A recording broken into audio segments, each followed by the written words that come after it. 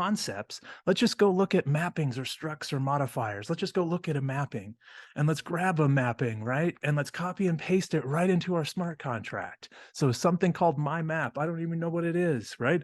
And then we yarn deploy and we'll see that my map show up over here. And this is kind of the feedback loop I want you to get into, where you can grab some stuff from Solidity by example, paste it into your smart contract, deploy it locally, and then tinker with it. There's my map. Let's see what Vitalik's valence is in my map. It's 0. Oh, okay. So check out Speedrun Ethereum. Check out Scaffold ETH. Get started building cool things on Ethereum today. Happy Bowtie Friday. Hearts, hearts, hearts. See ya.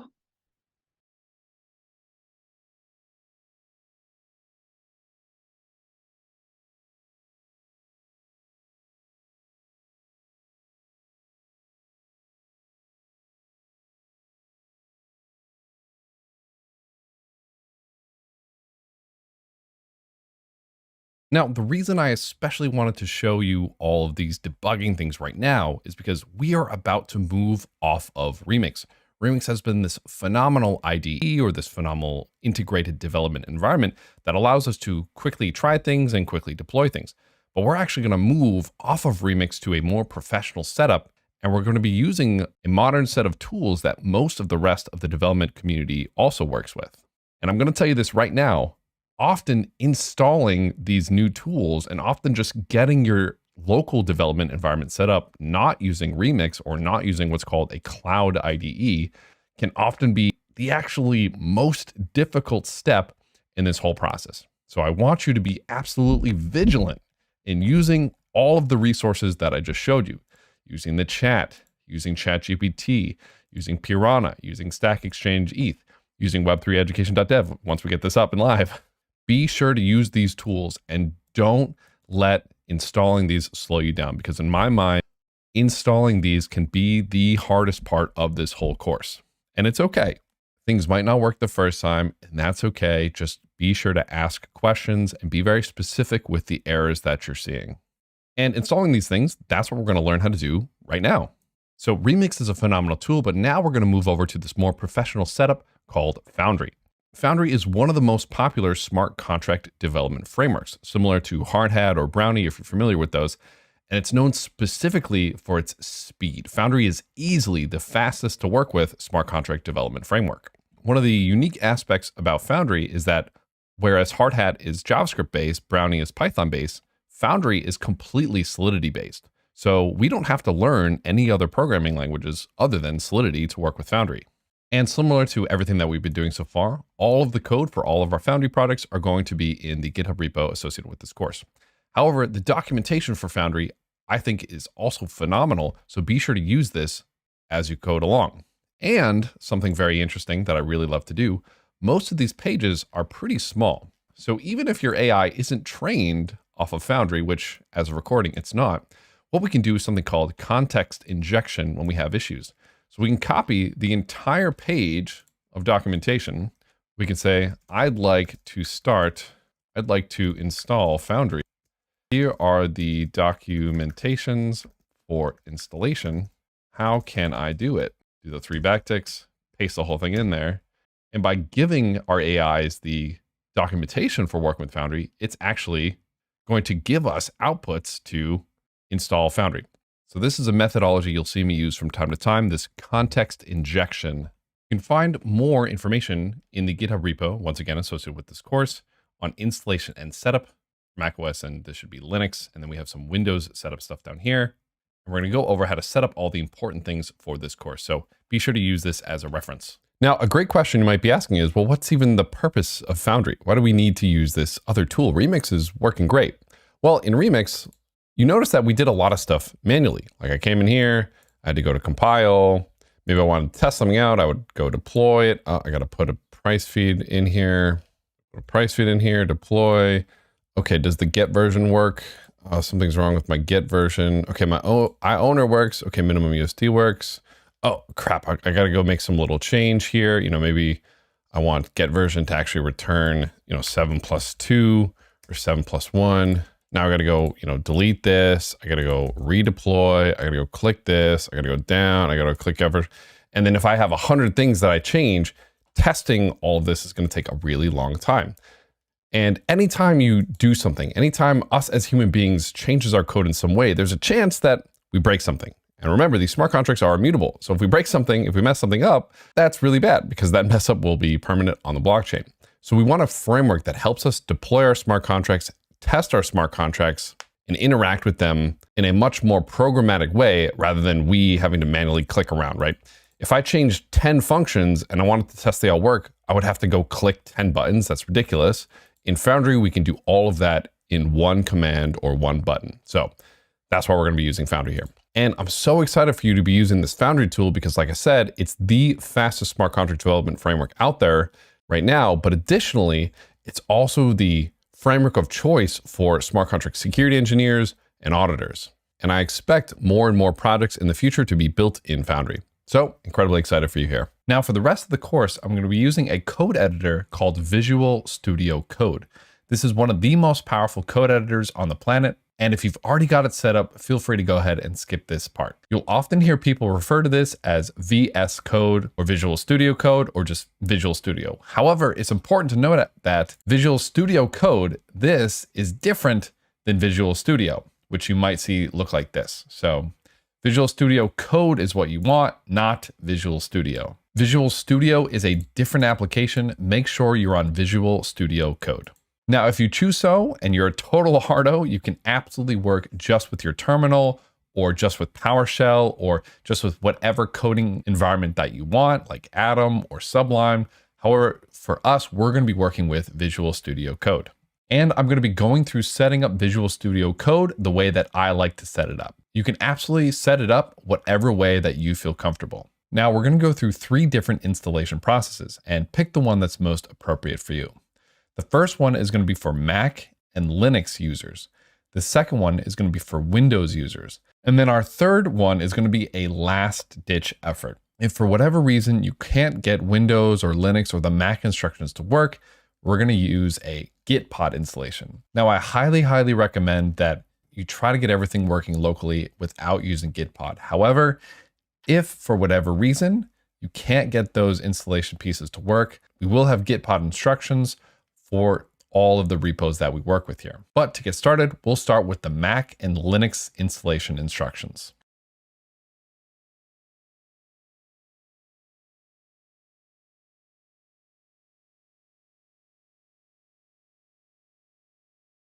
The first thing you're going to want to do is download the Mac, or if you're working with Linux, download the Linux installation of Visual Studio Code. Once you have it installed, it'll look a little something like this. And if it's a fresh installation, it'll even give you some tips and tools to actually get started. If you've never worked with Visual Studio Code before, I highly recommend going through any get started or getting instructions tips that come with opening Visual Studio Code.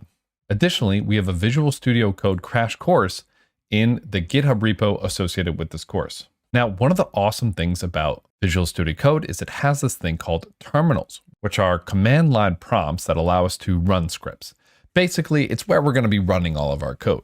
The way we can open up the terminal is we can go ahead and hit terminal and select new terminal. And you'll get something like this. Now you might have bash or zch or some other type of shell. The type that you have doesn't really matter because on Mac and Linux, it's going to be Linux based. And like I said, sometimes installing this can be the hardest part of this entire course. So don't get discouraged and please use Stack Overflow, Stack Exchange Ethereum, and the GitHub repo to move past any issues you run into. Now, if you're on Mac or Linux, you can actually hit Control backtick to actually toggle your terminal mode. This will pull the terminal up and down for you. Getting familiar with keyboard shortcuts will actually make your life a lot easier because you'll be able to move around Visual Studio Code much more effectively. We have a link to a list of keyboard shortcuts additionally in the GitHub repository associated with this section. As we move along, I'll give tips on different keyboard shortcuts that you can optionally use. Otherwise, you can just go ahead and click as well. You can click the trash can to delete the terminal, go back up, terminal, new terminal to pop it back up. Now, the next thing that we're going to need a little bit later, we're not going to need it for this section, but it's good to install it now, is going to be Git. We will have links to the installation instructions in the GitHub repository.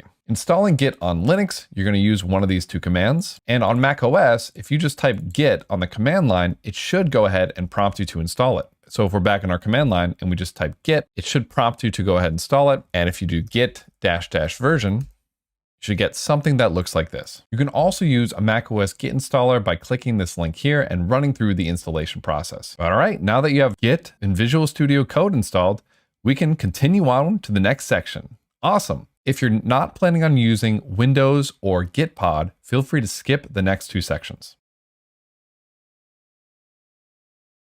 And for this Windows setup, we're going to be learning about a tool called WSL. And to introduce that to us, we have my friend Vasily, who has done amazing work helping me on some of my past courses, and he's going to be helping us here today. So take it away.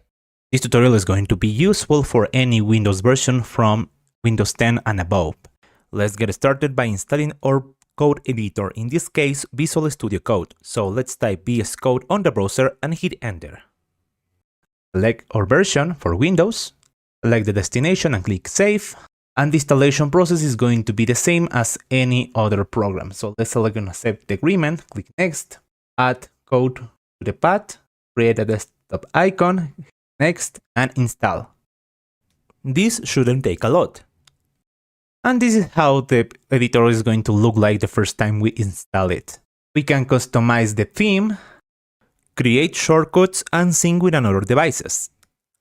And if you want to go deep into Visual Studio Code, well, I suggest you to pause the video for a moment and go through all these steps one by one. Now, we could 100% go forward and install the rest of our tools in a Windows environment, but Vasily is actually going to explain to us that the Windows environment isn't really actually the best way and the best place to do our installations. Microsoft has definitely increased their support for developers in the recent years, but when it comes to smart contract development, there is a better option to consider, using WSL, the Windows subsystem for Linux. Trust me, it's a game changer.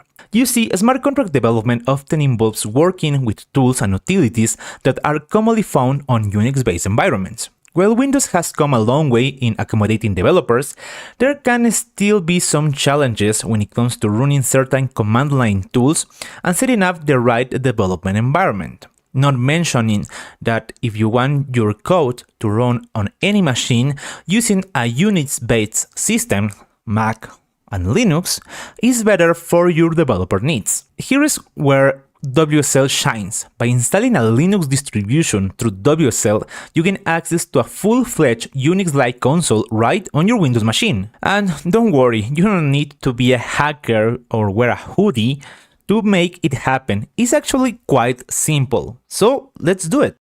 For that, let's open the Windows terminal. This is a pre-installed application on Windows 11. And something you can easily install through the Microsoft Store on Windows 10. Just type terminal, and here you are going to have the Windows 1. So let's install WSL by typing WSL --install. Hit enter. This is going to trigger us a admin operation, and the installation is going to start. And here we just have to wait until the process finishes. Once the process is done, this will require you to reboot your operating system, so I'll see you on a second. Once rebooted, this is going to automatically open this terminal and the installation process is going to proceed. Now you have to input a new Unix username. For me, it's going to be Cronwar, and then you have to set up your password. Don't worry, the password is always hidden on Linux operating systems. And as easy as that, we already have an operating Linux terminal inside our Windows machine. So we can now close this. Now if we open a new instance on the Windows terminal, we click here on this drop down arrow, we can have now this Ubuntu shell, on which we are going to install all the development requirements we are going to use during the course. So the next step is to make Visual Studio Code compatible with WSL. So let's do that. Let's go to the extensions tab. Let's search for remote development and install all these extensions. This is going to automatically install the compatibility to connect our Visual Studio Code with WSL. And as you can see over here, I have a new icon called Open a Remote Window. If I click here, I can directly connect to WSL. However, there is an easy way to do this. Let's close Visual Studio Code, and on the Linux terminal, let's just create a new folder, for example, mkadir solidity course. Let's move to that folder, and now let's open Visual Studio Code inside this folder. Just type code dot, hit enter. This is going to install the latest server for WSL on Visual Studio Code. And once this is done, we are going to have a new instance of Visual Studio Code, but using WSL. Let's just trust the authors. And as you can see here, I'm getting this WSL Ubuntu banner over here, and it's because I already connected this with the Linux instance. So you have two options from now on. You can start using just the Windows terminal to execute all the things we are going to need, or you can use the integrated terminal which comes with Visual Studio Code. Just go to Terminal, New Terminal, and now we are going to have a terminal using the exact same WSL instance. So we can start using sudo commands, for example, sudo apt update, and this is going to work properly. Now just take something in consideration. Maybe you are going to develop all your projects on a folder called development inside your documents on Windows. And you can do so. However, if you take a look to the Linux terminal with the ls command, as you can see here, you are going to have just access to the local files and folders inside of the WSL instance. And I highly recommend you to do that, because of course you can do something like type in the address of your local development folders and use the projects from here, but the communication from the WSL console and the local Windows files are actually quite slow. So I prefer just to keep simple and use all the folders inside WSL. Remember that you have to just manage simple commands such as ls to know all the folders on the current directory, and cd to navigate through them. Now, if you go back to your VS Code and you hit terminal, new terminal, and open up a terminal, we're going to want to then install Git. We're not going to use Git for this lesson. However, we will definitely be using it in the future. To see if Git's installed, type git -- version. Sometimes Linux will automatically come with Git installed, and you'll see something output like this. However, if you are the ones who decided to keep using PowerShell and just Windows instead of WSL, don't forget to go to the official Git page and install it for Windows. The process is the same as we did before, pretty standard, just the common sequence of clicking next, and of course, please to read the license agreement. And now, if you've made it this far, you should be able to follow along with the Mac and Linux instructions as if you're running on a Mac and a Linux, even though you're running on a Windows. Just be sure that whenever you're in your VS Code, you take a look at the bottom left and make sure you're on WSL Ubuntu. Like I said before, if you want to run in PowerShell or in a Windows environment, you're more than free to do so. But like I said, if you've made it this far, huge congratulations. Awesome work.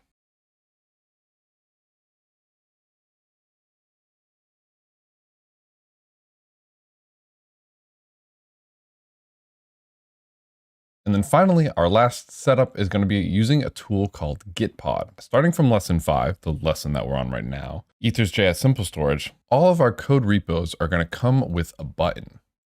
In the repo, if you scroll down, they'll come with this Open in Gitpod button. Now, Gitpod is a cloud development environment where you can actually run your code on a remote server. It's kind of similar to Remix IDE, but it allows you to run Visual Studio Code in the browser or connected to another server. This is good because then you don't have to do any installation on anything, since all the tools that you want to use are just going to be running on this remote server. This has its downsides though, obviously, since you'll only be able to code if Gitpod is up and working for you. Additionally, when it comes to private keys, you absolutely do not want to run any code with a private key that has real money in it on Gitpod. Why? Well, once again, since you're running your scripts on a remote server, those servers have access to your private keys. But since you've pinky promised that for this course, you're not going to be using a MetaMask or a private key with actual money in it, it should be fine. The other downside is that these often cost money to use, and Gitpod isn't free. but it's an option if you absolutely cannot get any of the installation working. So if you go ahead and you hit this open in Gitpod button, you'll get a welcome to Gitpod showing up. We're going to go ahead and continue with GitHub since you've signed up for GitHub here. You'll want to go ahead and authorize Gitpod. And it'll go ahead and start creating this workspace for you. And you'll notice it looks exactly like Visual Studio Code. Since I opened the repo up in Gitpod, it came with all the code. And you can even open this workspace up in VS Code Desktop. So this might be a little bit confusing, but basically you can run off of Gitpod using your local Visual Studio Code. And if you see Gitpod here, that's how you know that you're running off of Gitpod. If you see this pop up, do you want to open this workspace in VS Code Desktop? You can hit open and it'll ask you if you want to open up Visual Studio Code, which I'm going to go ahead and hit yes.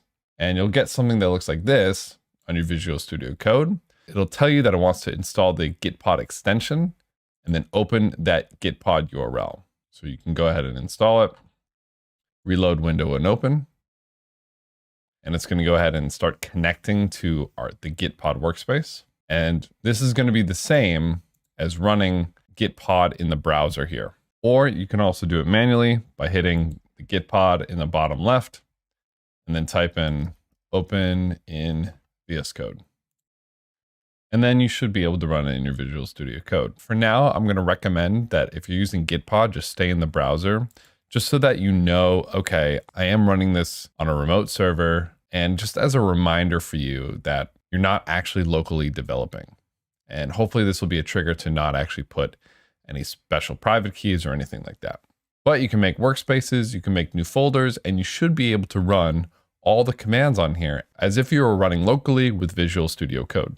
To open up the terminal, you can hit this little bar in the top left, go to terminal, new terminal, or use Control tilde, the exact same as Mac OS and Linux keyboard shortcuts. To create a new folder, we can change directory, cd ... mkdir, new folder. Mkdir makes make directory called new folder. And then we're going to change our directory into new folder and hit enter. And now we're in that new folder. For each section, you can either open up the entire source code right into Gitpod, or you can create a new folder for each section yourself and start from blank.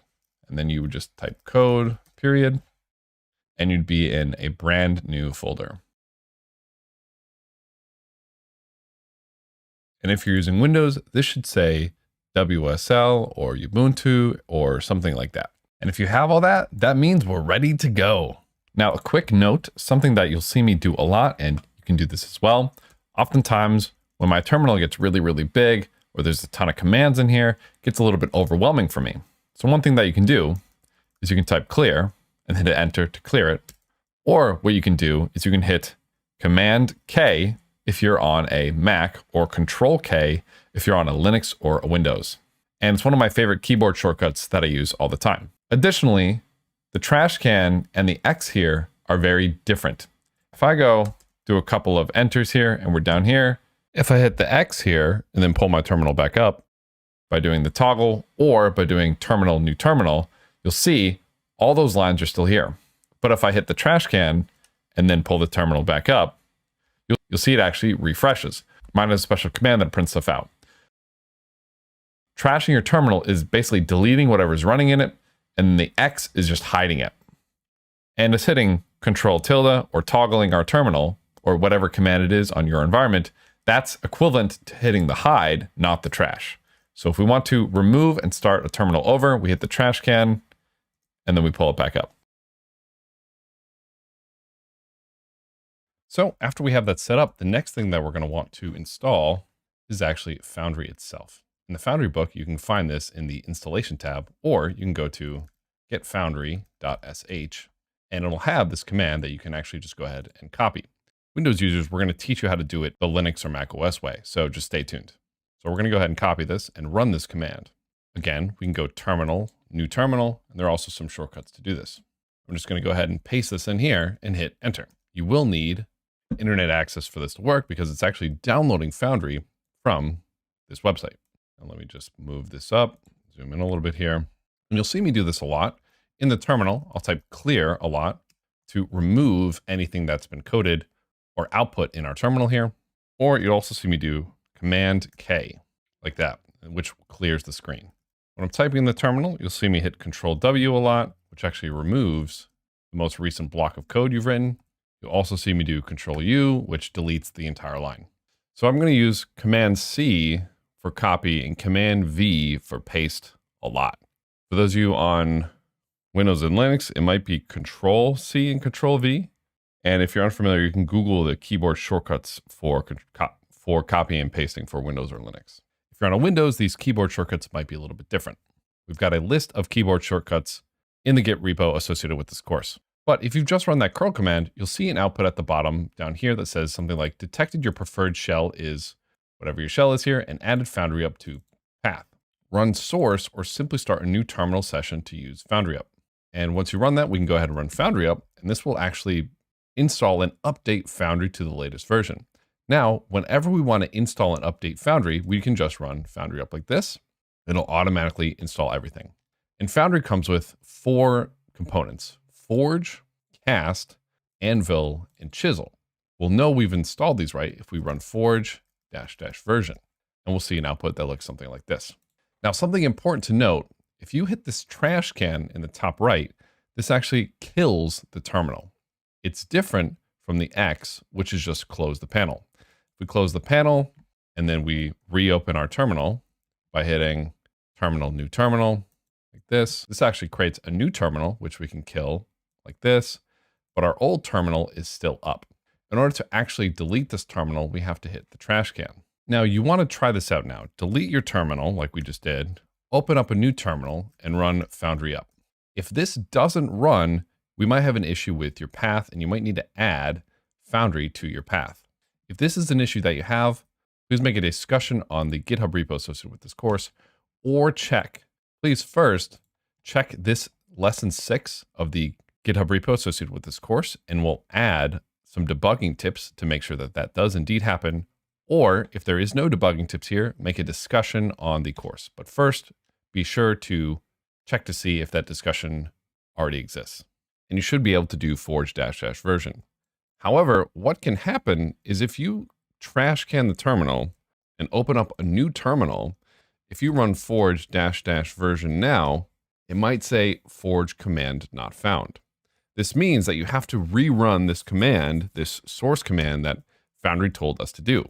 If you're working with Bash, most of the time, this bash RC file automatically gets loaded, but sometimes it actually won't, depending on what your setup is. If this happens for you, another thing that you can do is you can type cd and go to your home directory and type this line, echo source, and then whatever Foundry up told you to do, $.bash profile, and hit enter. For example, when we just ran Foundry up right here, it gave us this command here, the source users patrick.bashrc. That's what we would want to echo. However, this will change depending on your terminal setup. So look to the GitHub repository for the command that you should be using for your setup.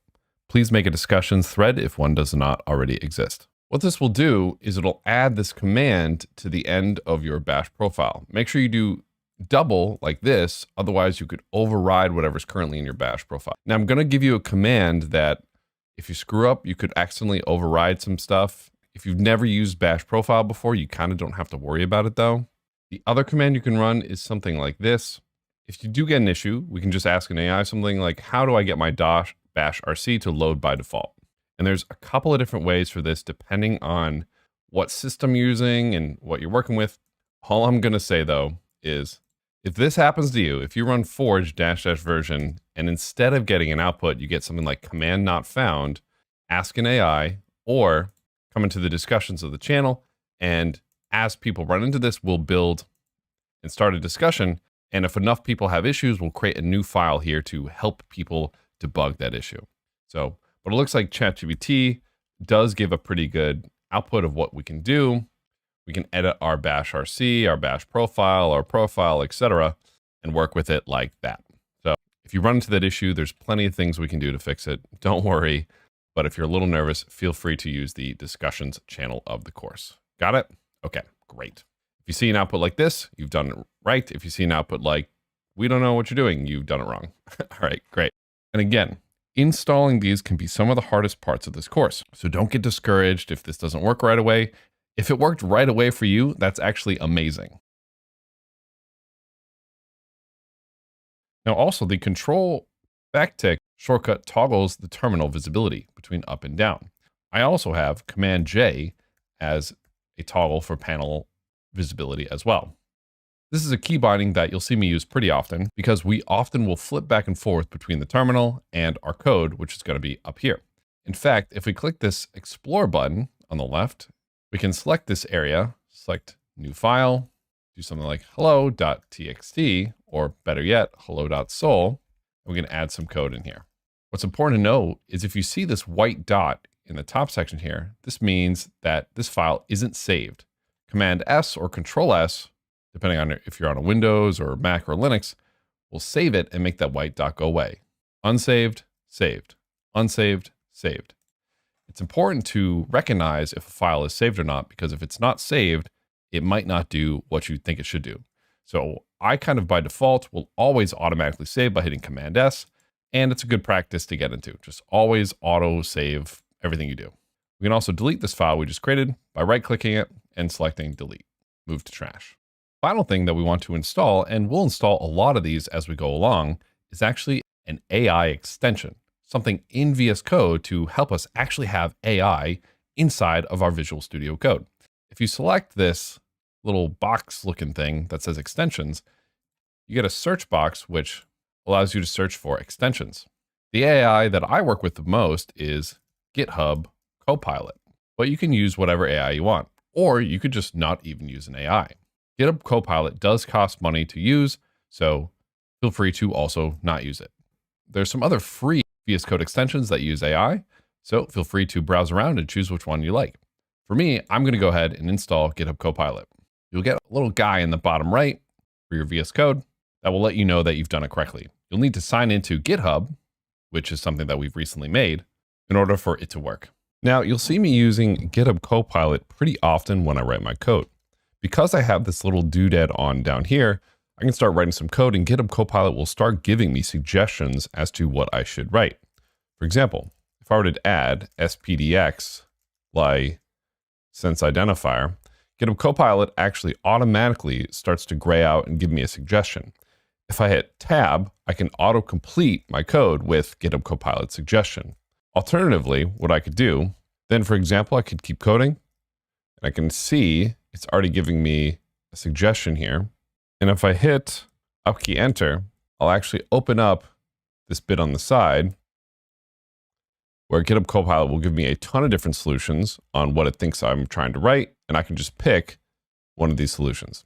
Obviously, some of these aren't doing anything. We'll learn about the command palette soon. And we can also use any of the GitHub Copilot commands that come with the command palette.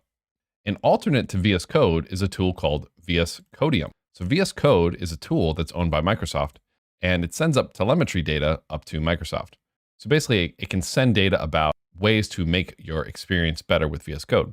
For people who have a more security mindset, this is an open sourced version of VS Code that I highly recommend you check it out. Another extension that you might want to add is GitHub Copilot Labs. GitHub Copilot Labs has AI features that are experimental, so it might be worth installing as well.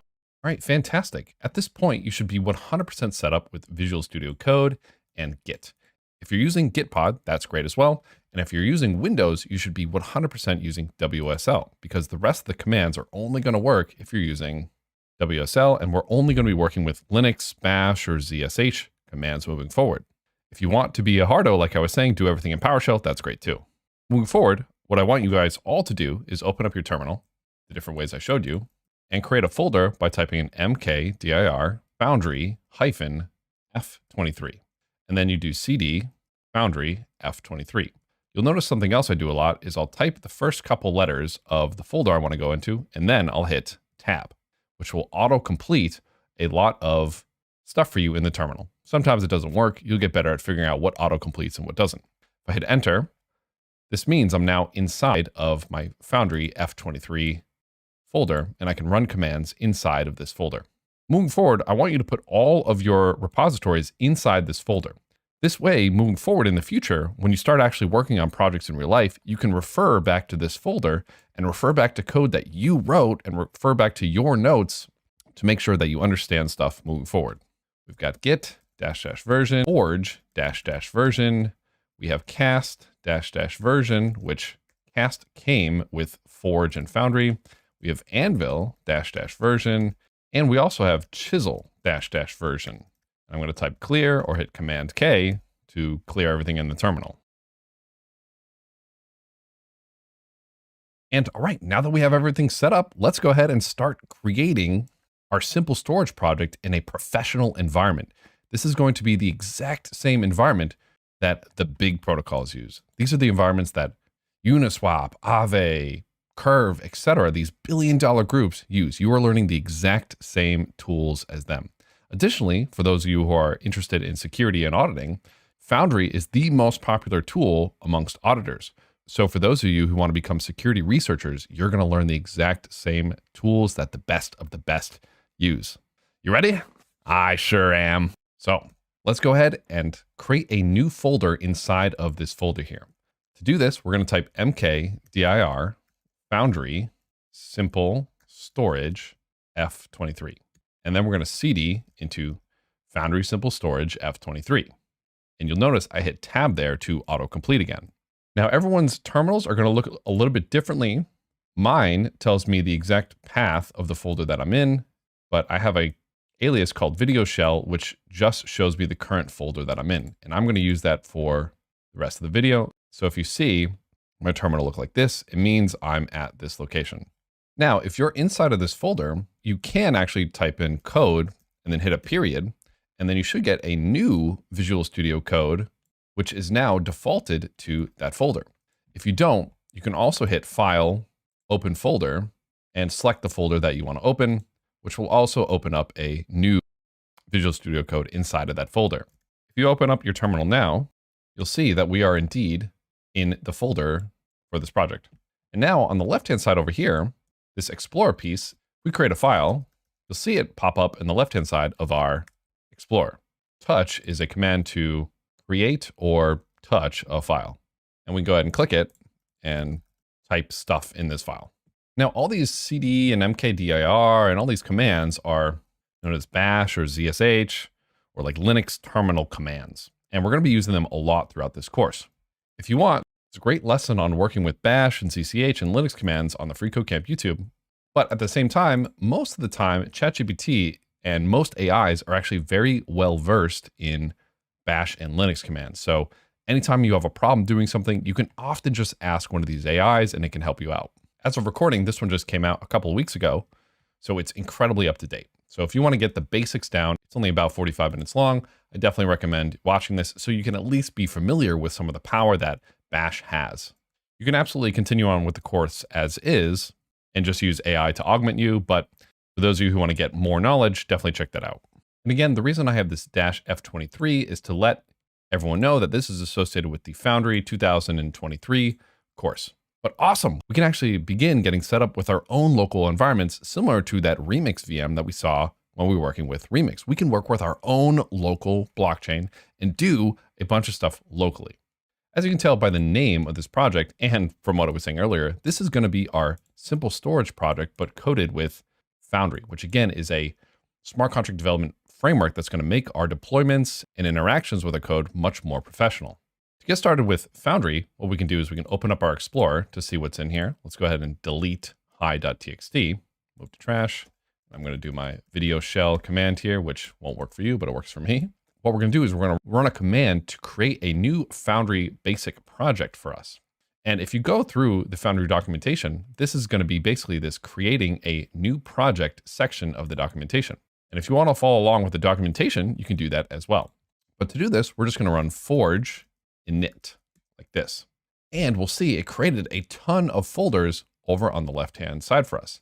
And if you run into an error because you accidentally have some files in here, for example, if I run forge init right now, it's going to say, oh, it's not an empty directory. What we can do is type forge init -- force period to say, let's do it in this directory, hit enter. And it's actually going to give us an error because it's going to go, hey, it already has everything that I was going to do. So it's just not going to do anything. But if you have files in here already, you just add this -- force piece. Now, if you get a different error about Git, Vasily is actually going to help us triage that. So take it away. And we are getting this error, and this is pretty common, don't worry. The reason is because even though Git comes pre-installed on our WSL install, we still have to configure our username and our email. So we can just use these commands, change this one, my actual email, and now let's also configure the username. After we have these configurations, we can run that command again, purge init hello foundry. And if we check this out, we have our first foundry project, ready to be used with all the things we are going to need. And let's walk through what we have over on the left-hand side here. So we have this .github/workflows file, which we're going to ignore for now, but we'll explain this later. We have lib, which we're also going to ignore for now, but we'll explain later. We have script with a file in here, which for now we're going to go ahead and delete. We have src, which is where we're going to put all of our smart contracts that we want to deploy. Right now, it comes packed with this counter.sol, which we're also going to delete, move to trash. And then we also have tests, which we haven't learned about yet, but we will. And for now, once again, you guessed it, we're going to go ahead and right click and delete. Source is going to be the main section that we're going to be working with. src stands for source. And you'll see in a lot of projects, this is where they put all of their main contracts. Test is where we're going to put code to test what's in src. And script is where we're going to put code to interact with our contracts that are in src. Git ignore is going to be files that we're not going to push up to GitHub if we push our code to GitHub, which is going to be really important. Git modules, we can ignore for now. I'll teach you about that later. And founder.toml is a file that is going to give us configuration parameters about working with Foundry. And as we go along in this course, we're going to update this folder because we're going to update how we're going to work with Foundry. Now, for us to get started here, we're going to add our simple storage code into the src or source folder. If you close your remix, we can just come on back to the repo associated with this course. We'll scroll down to the remix simple storage, select the code base, and we'll go in here and just copy all the code in here. Come back over to VS Code, and in src, we'll right click, new folder, simple storage.sol, paste it in here and hit save. Now, one of the first things that you'll notice is this is formatted horribly. It's just all white text. This cute little ETH logo comes up, which is really nice, but we want a way to actually format this code correctly. So there are a lot of different VS Code extensions that actually will format our Solidity code for us. One of them is the Solidity. If we simply type Solidity in the extensions bar, we'll get a whole bunch of options that we can use. I'm a big fan of the Hardhat Solidity extension. Even though Hardhat is another framework, it also can format our code in Foundry. Another one that a lot of people like is the Solidity Visual Developer. So that's another option if you want to use that one. And this one by Juan Blanco is probably the most used on the planet. But we're going to go ahead and hit install to install this Nomic Foundation Solidity VS Code extension. And if we go back to our simple storage.sol, you'll see it is now formatted with syntax highlighting similar to what we saw in Remix. If it doesn't automatically highlight for you here, what we can do is hit Command-Shift-P or Control-Shift-P, which opens up our command bar here, and we can type in settings, and we want to open our user settings in JSON. You can also hit code and then settings as well. In here, and a lot of you might have nothing in here. So what you can do is you create these little brackets to say, hey, whatever is in here is going to be our new settings. And we want to type these little quotes, these little brackets, and say Solidity, like this. Little colon here, some more brackets. And since I'm using GitHub Copilot, it's even starting to give me suggestions, which I'll explain much later. But we could do editor dot, but you could paste in this editor.defaultformatter nomic foundation.hardhat solidity. I'll have this code in the repo associated with this course, so you can just copy paste this if you want to. I've got a whole bunch of other stuff in here, so I'm going to go ahead and delete this though. But that way your Solidity code will default format using that Hardhat extension that we just installed. Great. Additionally, this foundry.toml file also isn't formatted very well. So we'll go to extensions, we'll type in toml, and we'll install this better toml here. We'll close this. Now, if we go to foundry.toml, we'll see this is now highlighted very nicely too. Great. Now just remember, whenever you see this little dot here, this means that it's not saved. So hit Command S or File Save and do that a lot. The other thing that's really good about us adding that default formatter is in our code here, maybe this isn't formatted very nicely, right? Maybe we've got this over here and this over here, and it's kind of not looking very nice here. If I go ahead and save without formatting, it'll save it here.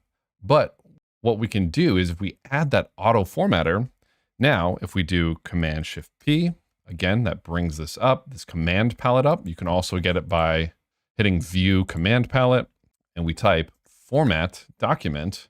It'll format our code automatically depending on what formatter we're defaulting to. Since we opened our JSON and we defaulted to the Solidity hard hat, it'll automatically format with that. If your code isn't auto formatting, that's okay. Don't worry about this too much. Be sure to use AI, a web search, and the forums to get your formatting good.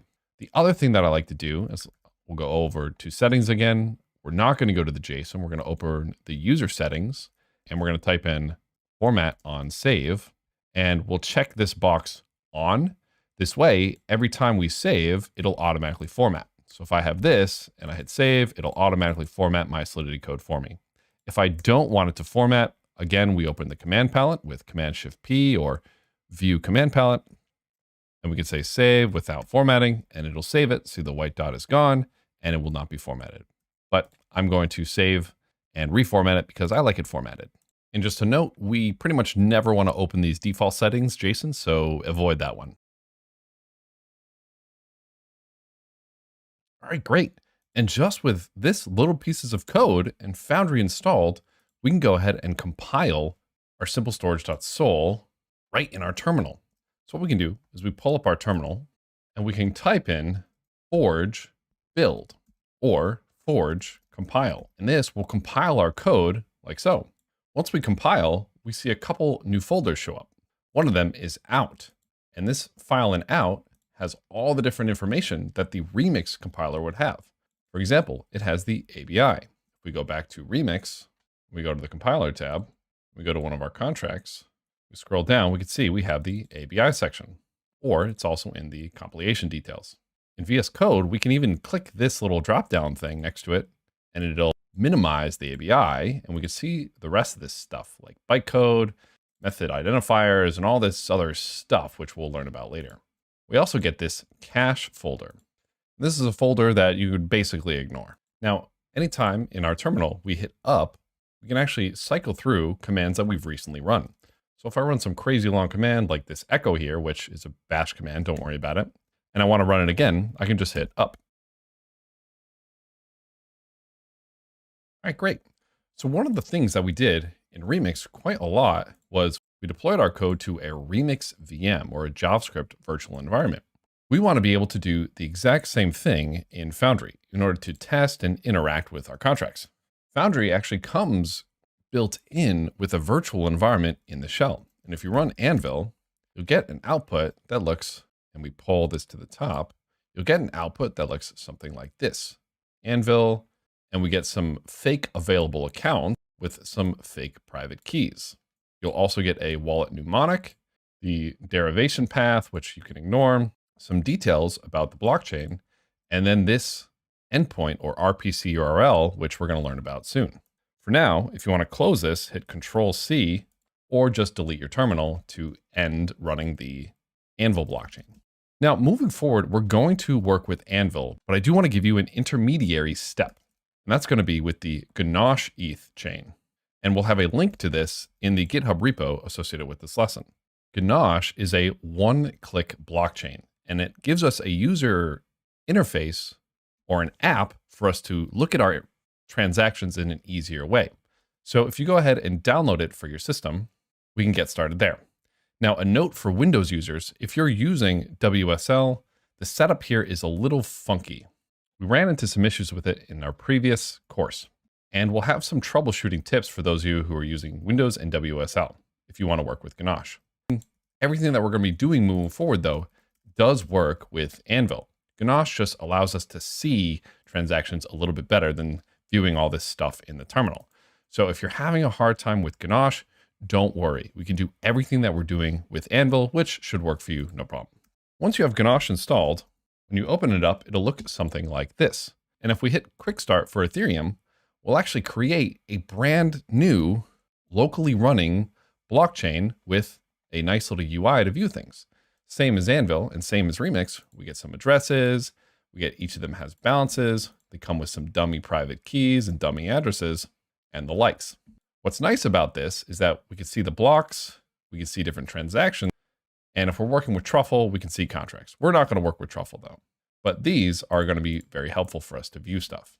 Additionally, we're not going to use Ganache again in the future, so if you have trouble setting up with it, don't worry, just use Anvil. I'm going to use it to show you what's going on. Remember though, don't use these private keys on a public blockchain. It's for development purposes only, because everyone knows these private keys because they're dummy private keys. Now, in order for us to learn how to actually deploy to this blockchain, or how to deploy to Anvil if we're working with Anvil, we need to understand how even Remix was able to deploy to a public blockchain. In Remix, when we switched to injected provider MetaMask, we know that MetaMask popped up. It asked us to add our password, and we went ahead and got connected. And if we looked in MetaMask, we saw our account is indeed connected to Sepolio. When we hit deploy, our MetaMask popped up again, and it was able to deploy our contract to a real test network. Well, how did it know where to send our transaction? How did it know where to send our contract? Well, let's go ahead and open up our MetaMask here. If we click the three little dots and hit expand view, we hit the little button now and we go to settings and we go to networks. You'll actually see in here that each one of these networks, Ethereum mainnet, Gorilli, Sepolio, Linea, or whatever you have, comes with a whole bunch of information. Let's go to ETH mainnet and check that out for a second. It has a name, an RPC URL, a chain ID, currency symbol, and block explorer. This RPC URL is the actual HTTPS endpoint that we actually send API calls to when we're sending transactions. So whenever you interact with MetaMask and you send a transaction or you deploy a contract, you're actually making an API call to whatever is in here. You'll see this is an Infura endpoint, and Infura is known as a node as a service project that allows you to send transactions to a blockchain node without having to run one yourself. If you wanted to send transactions to your own blockchain node, you would just swap this out with your own blockchain node address. We can't actually change the ones that come built into MetaMask, but we can add new networks, which is what we're going to do now. In here, if we scroll to the bottom, we can hit add network manually, and we can add information about our own custom network. So for us, we're going to make this new network called localhost or local chain or whatever you want to call it. For RPC URL, if you're working with Ganache, it's going to be this RPC server right here. If you're working with Anvil, at the bottom, we have this listening here. So what we would do is we would copy this, or we would copy this from Ganache and paste it in here. Just note that you always need the HTTP or HTTPS : //. Most of our local applications aren't going to be HTTPS. They're just going to be HTTP. So if we're working with Ganache, let's go ahead and copy the Ganache endpoint, paste it in here like so. Every single blockchain gets their own chain ID. It's an easy way for us to know which blockchain that we're interacting with. Ganache has 1337, and Anvil doesn't say it, but it's 31337. So Anvil is 31337. Since I'm using the Ganache endpoint here, I'm going to type in 1337. If you're using Anvil, it would be 31337. But what's kind of nice is MetaMask can actually identify what you're using and identify the chain ID and basically tell you what chain ID to use. Just a note, it looks like the newer versions of Ganache are using a different RPC server and a different network ID. And make sure you're on this hard for the merge here as well. Although in practice, I've found that even when you have 5777, it still is expecting 1377. So be sure to use the correct chain ID when you're working with this. Currency symbol, we're going to do ETH. And since this is a local blockchain, we don't actually have a block explorer. Etherscan has no way to connect to our own local blockchain. So we don't get a block explorer for this one. But if I go ahead and hit save now, it says network added successfully, and I can go ahead and switch to my localhost chain. Boom. And now we can see it in my list of networks. Of localhost, I've got no assets, no NFTs, and no activity. Now, if your local Anvil or Ganache chain isn't running after you've put it in your MetaMask, if you actually try to swap to your Anvil or to your local host or to your Ganache, you'll just get this spinning wheel of death here, right? And eventually you'll get this little X that'll show up and you'll have to switch to a different network. So if you ever want to switch to one of these that isn't running, it won't work. You'll have to either run it or you can hit X here. And then in your MetaMask, you could just delete one of these right here. While we're not running our Ganache or our Anvil, we're just not going to have one of these selected. Great. And so this is where on both Anvil and Ganache, they have these available accounts and these private keys. Since I'm using Ganache, what I can do is I can select this show keys, copy this private key, and import it into my MetaMask. So I can go up, hit this little button. I can hit import account, paste my private key in here and hit import. Now you'll see in my MetaMask, I have a couple different accounts. Account 3, the one I just imported, has 100 ETH. Why does it have 100 ETH? Well, because I'm using one of these dummy accounts from Ganache. And again, if you're using Anvil, they start with 1,000 ETH. This process that we just did to add our new Ganache local chain is also how we're going to add any EVM compatible chain on the planet.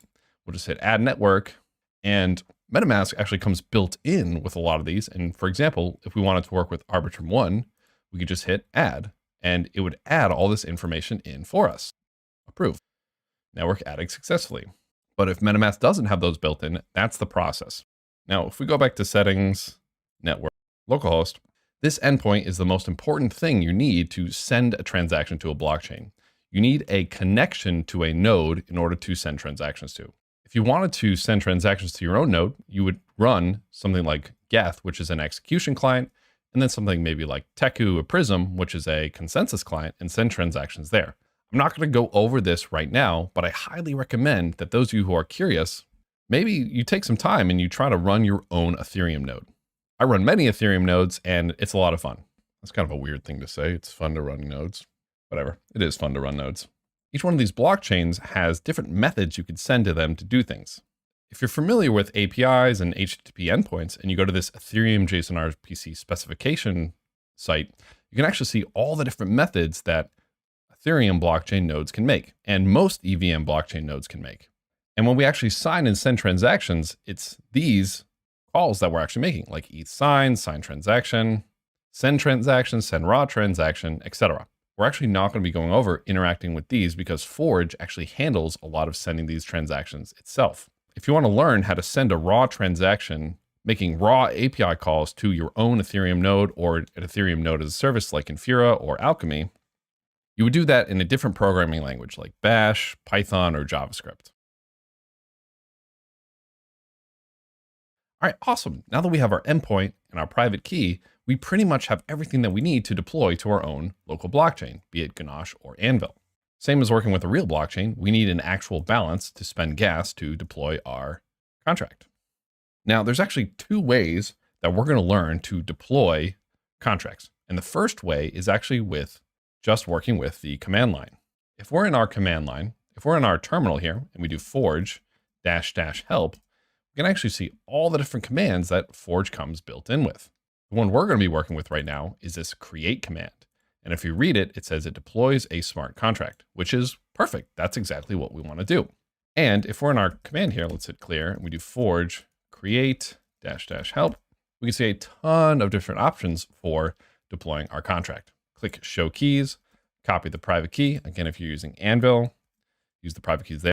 If we do forge create simple storage, which is the name of our contract, it'll compile and then it'll throw an error actually, or it might actually work. But because I'm working with this RPC server, but this RPC server is different from the one that Forge actually defaults to.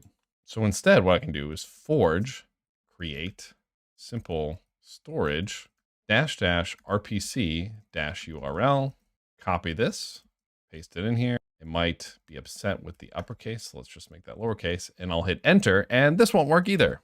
Well, of course, we forgot to add a private key. So if I hit up, I can hit --interactive as well. And now it'll prompt me for a private key. Now, and a really important note that I want to tell you, never use a real private key in your VS Code. if you're using an application that potentially will send your information. A much better option is to use your own terminal as opposed to something like VS Code, which might send data, or Gitpod. Since we are just developing and we're just practicing, it's fine to paste our private keys here because this is a private key that's not going to have any real money, right? It's a fake private key.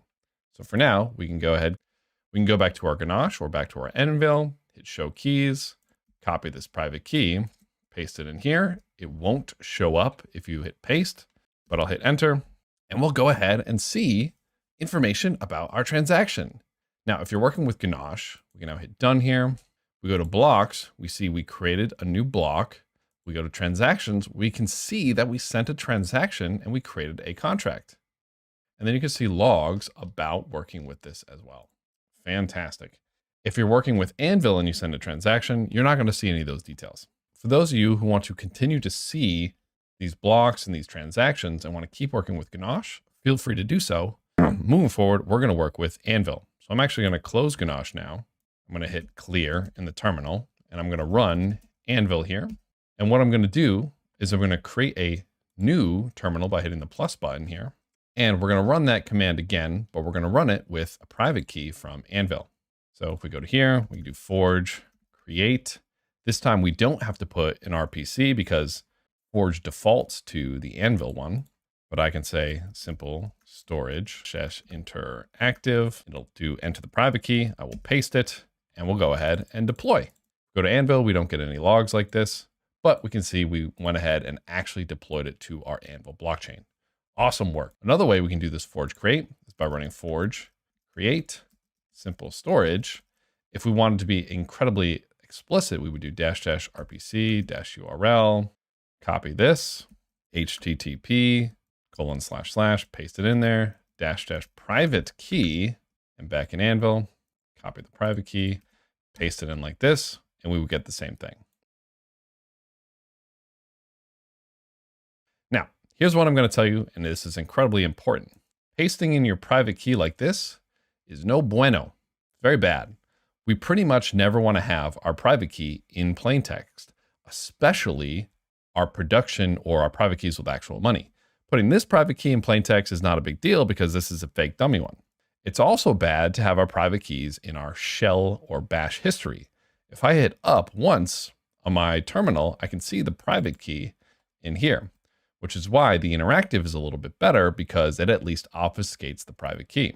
To remove your private key from your history in bash, you can do history-c. Now, if I hit up, I can't see any commands. And if I do history, I can see my entire history, which is just the history keyword. Now, if I type clear, I'll do history. Now I see history, clear, history. Great. And we don't have the private key in our command history anymore.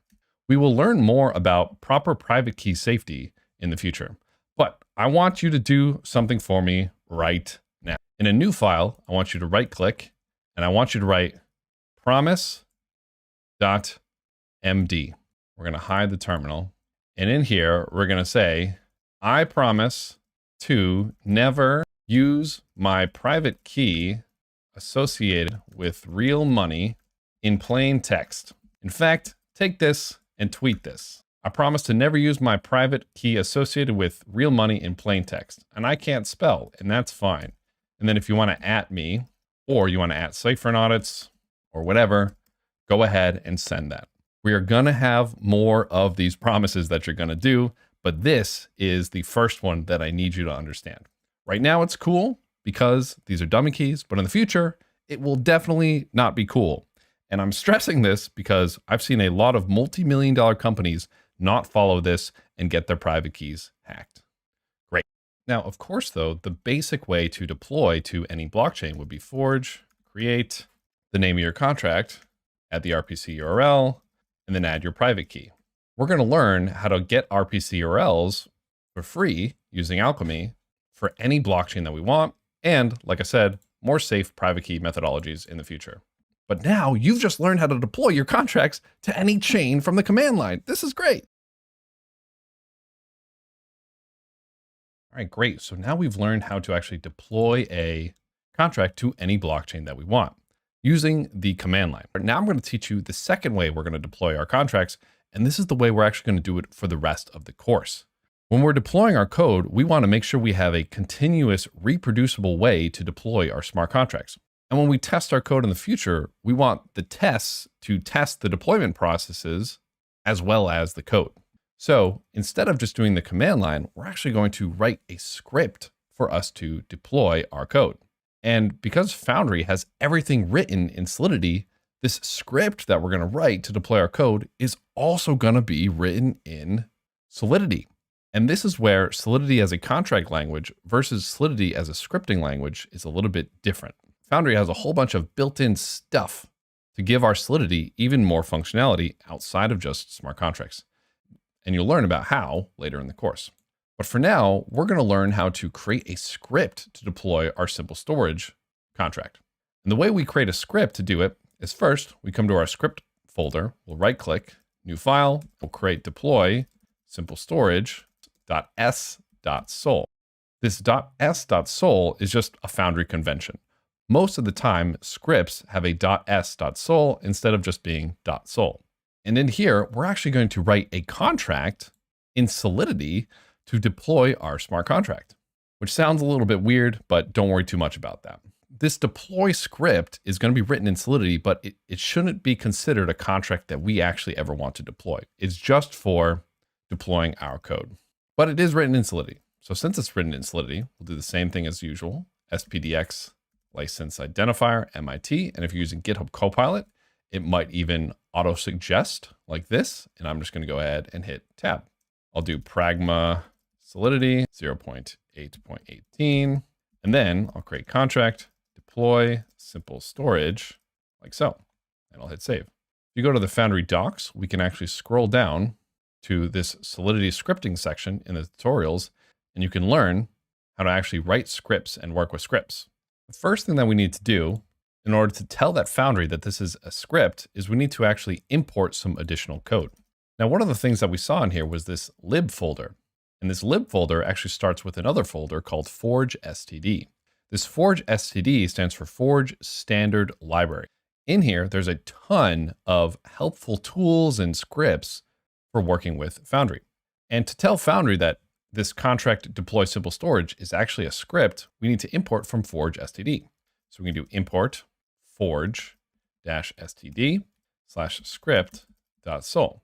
And we'll have our contract deploy simple storage inherit all the functionality of this script by saying is script. And I know we learned about inheritance before, so you should know what that means, is script. And then additionally, our deploy simple storage is going to need to know about our simple storage contract. So we'll go ahead and import that. Import, we'll go down a directory since we're in the script folder and we need to go to the src folder. These two dots is how you go down a directory. We'll do /src. VS Code even might help prompt you here. Dash, and it again auto-prompted for me, and I hit tab, and now we've imported simple storage. Now, since we know that this is the noob way to do imports, we're going to do the cool way by using named imports instead of nameless imports. Okay, great. Now, inside every deploy or script contract, we need our main function, which is going to be called run. And this is going to be the command that gets called when we go to deploy our contract. So we'll create a function called run.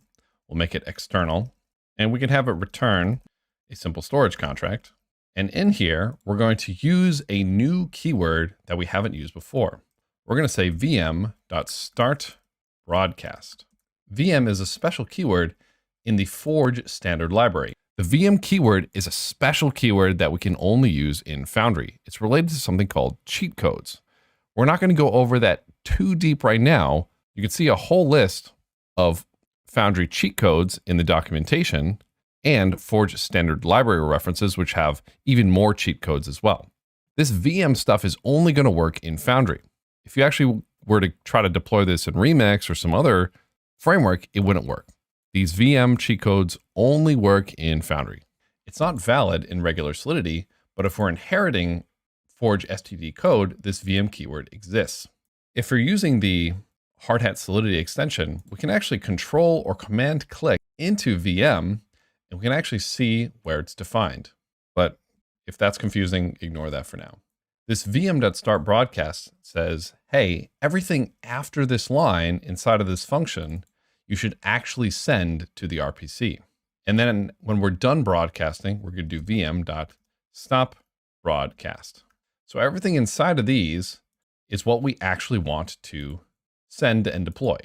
The reason we have this is because maybe we have some stuff like we want to set some boilerplate code before we actually send transactions, and we don't want to spend any gas to like set starting value to 1, right? So any transaction that we want to actually send, we need to put in between these VM.start broadcast and VM.stop broadcast. And for us to deploy our simple storage contract, we just do simple storage, lowercase simple storage, right? These are different. Simple storage, the variable, simple storage, the contract, equals new simple storage, like this. And remember, what does this new keyword do? Well, the new keyword creates a new contract in Solidity. It's also going to create a new contract in between our VM.start broadcasts. This, being in between these VM.start broadcasts, is going to send a transaction to create a new simple storage contract. If this is a little bit confusing for you right now, that's okay. It's going to make more sense as we go on later in the course. But for now, just do this and follow along with me. And then, of course, we can say return simple storage. Okay, great. Now, if we pull our terminal back up, we can see we have Anvil running right now. We can actually kill it with Control C. We'll clear to the top. And what we can do now is run forge script deploy simple storage.s.sol, hit enter. And look, oops, looks like I got some different Solidity versions. So let's change this to a caret in here. And let's change this to a caret in here. This being an 18 so that they're both on the same version. Let's type clear, close these or minimize these out. We'll hit up twice and we'll run this again. And now what you'll see is it's compiling. It compiles both the script to deploy and our simple storage contract using 0.8.19 because we did the caret. Compiler successful, script successful, tells us the gas, and then we went ahead, we returned our simple storage contract, which was deployed here. Now you might be asking, wait, Patrick, we don't have Anvil running. We don't have a local blockchain running. Where did this deploy to? Well, in Foundry, if you don't specify an RPC URL, it'll just automatically deploy your contract or run your script on a temporary Anvil chain. So once I ran forge script, it saw there was no RPC URL, so it spun up a temporary Anvil blockchain, deployed our simple storage, and then tore it back down at the end. You can see at the bottom, if you wish to simulate on-chain transaction, pass an RPC URL. So if we do clear, we run Anvil, and then create a new terminal, we could run forge script deploy simple storage.s.sol, and I'm hitting tab to autocomplete that, --RPC URL, go back to Anvil, copy this, go back to bash, http, .. We actually almost deployed this to the blockchain. We actually did a simulation of deploying to our Anvil chain here. It gives us one more piece of information to broadcast these transactions, add -- broadcast and wallet configurations to the previous command. And now we get a new folder, which gives us information about our previous deployments in case we forget.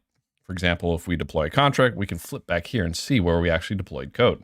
So let's pull up our terminal once more and actually deploy this to the blockchain. So we'll hit clear, I'll hit up. We have our RPC URL. So now let's do -- broadcast. And we'll do -- private key, and we'll grab a private key from Anvil and paste that in here and hit enter. Boom. And we see at the bottom, on-chain execution complete and successful. And we see we get some transactions here. We waited for receipts, etc. So fantastic. So we learned how to actually deploy our smart contracts through the scripting command now. Awesome job.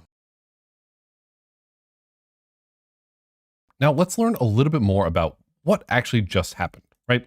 Because right now sending transactions is still kind of this magic thing, right? So let's hide our terminal and let's go up to our Explorer. Let's pull this out a little bit and let's go into here. Now, what's important to note is that there's actually a couple different folders in here dry run is the folder whenever we don't have a blockchain running. Otherwise, this gets separated by chain ID, and we'll talk about this a little bit later. But if we go into one of these, either dry run or even just run latest, we'll see details about the transaction. We'll see a hash, transaction type, contract name, address, blah, blah, blah. This right here, this transaction section, is actually what is getting sent on the chain. When we do forge script or forge create, this is the transaction that we send to that RPC URL, right? This is the API data. If you're familiar with HTTPS posts, this is the data that we actually send. We send the type, which for now, just everything is type 2 because we're in the merge. Don't worry about type 1 for now. We have a from, which is, of course, the from address that we want to have. We have a gas here, and this is the hex value of gas. Now, if we pull our terminal back up, we'll clear this out. I'm about to show you an amazing trick that's going to make your life a lot easier down the line. Cast actually can convert between hex and numbers really easily, and Cast comes built in with Foundry. If we do cast --to base, paste our hex in here and write DEC for decimal, it'll convert this hex value to its decimal value. 0x714c2, whatever, is just this number. And I use this cast to base all the time. You can put some value in here and then what you want to convert it to. And it's a very easy way to see what some value is. There's some other stuff in cast as well. If you do cast --help, there's some other ways to convert different units to each other, like from way, bytes 32, and some other stuff. But to base is going to be one that we're going to use a lot.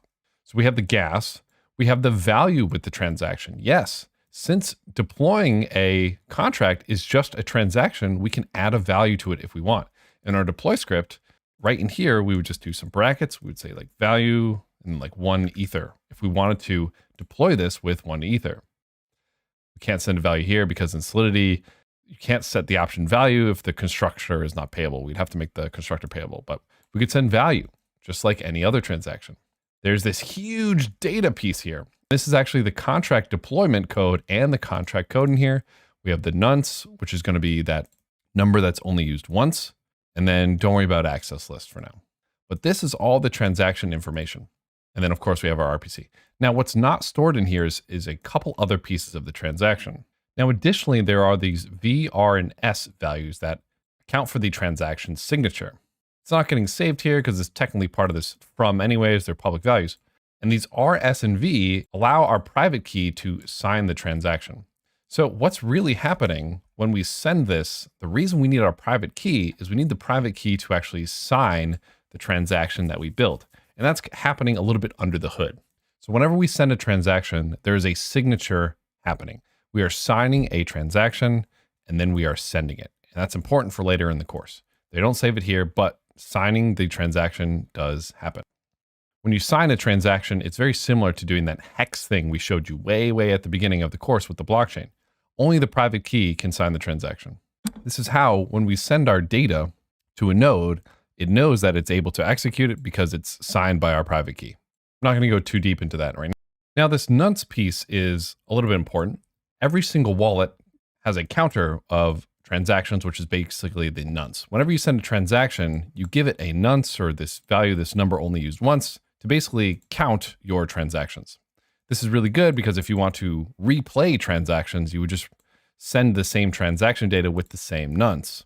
For example, if we have a transaction that didn't go through, you'll see that this is in this run latest for the dry. If we run this again, if we hit up, you'll see that if we run our transaction again with our anvil deployed here, we'll actually deploy another transaction. If we go back to our broadcast folder, we see there's actually 2 runs and a new run latest. If we go to our run latest now, you'll see that the latest run now has 0x1. So this increments every single time we send a transaction. Your nonce increments every time you send a transaction. And again, contract deployments are transactions. Now, we went over a lot of stuff in here, but the most important takeaway I want you to have from this is anytime you change state on the blockchain, it does it in a transaction. And the differentiator is going to be whatever in this data field. This data field contains the opcodes to tell the blockchain, hey, I'd like to create a new contract. We're not really going to go too deep into what these opcodes are or this EVM bytecode. We'll briefly talk about opcodes later in this course, but if you want to really learn about opcodes and assembly, we have another course on security coming out that will go over that. But this is the most important thing to take away. When we're in Remix and we're sending transactions with these buttons, we're doing the exact same thing. We're populating the data field of a transaction, but instead of the data being associated with creating a contract, the data is associated with sending a transaction.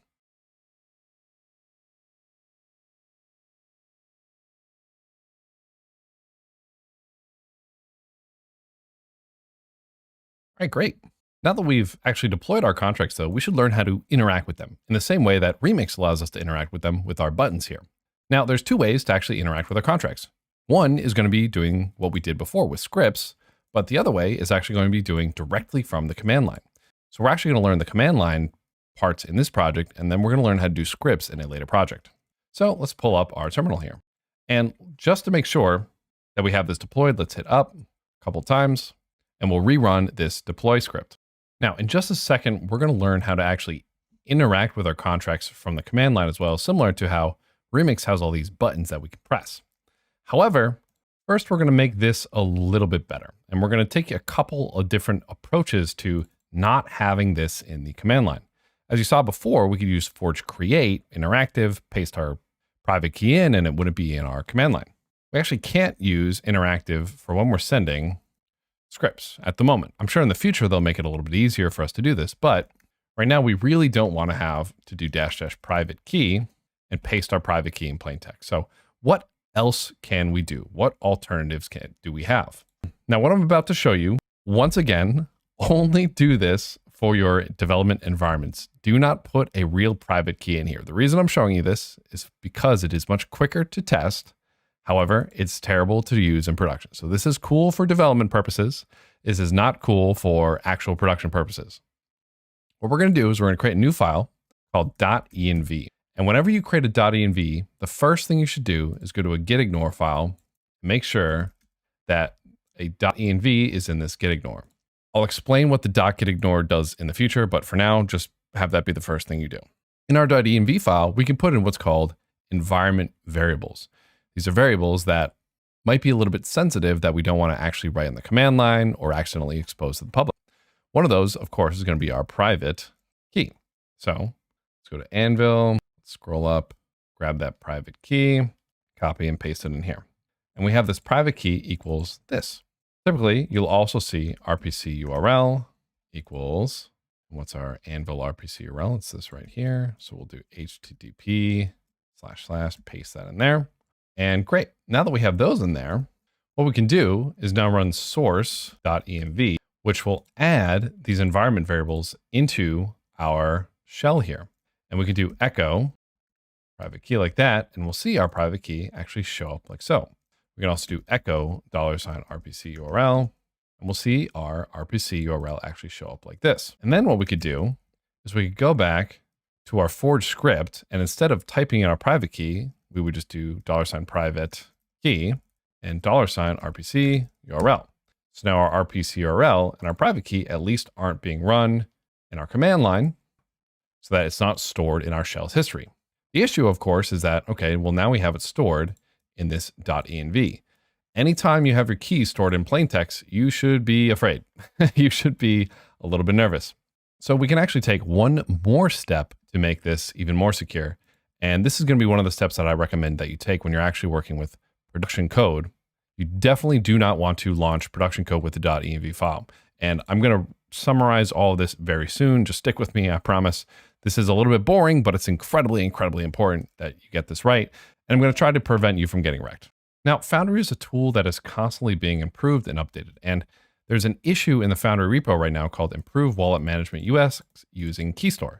I would love a way for you to actually encrypt your private keys so that none of you accidentally push a private key up to GitHub or expose a private key that it's in plain text. If you run forge script --help and you scroll up, you get this wallet options section where you can actually pass the path to an encrypted Keystore file and a password.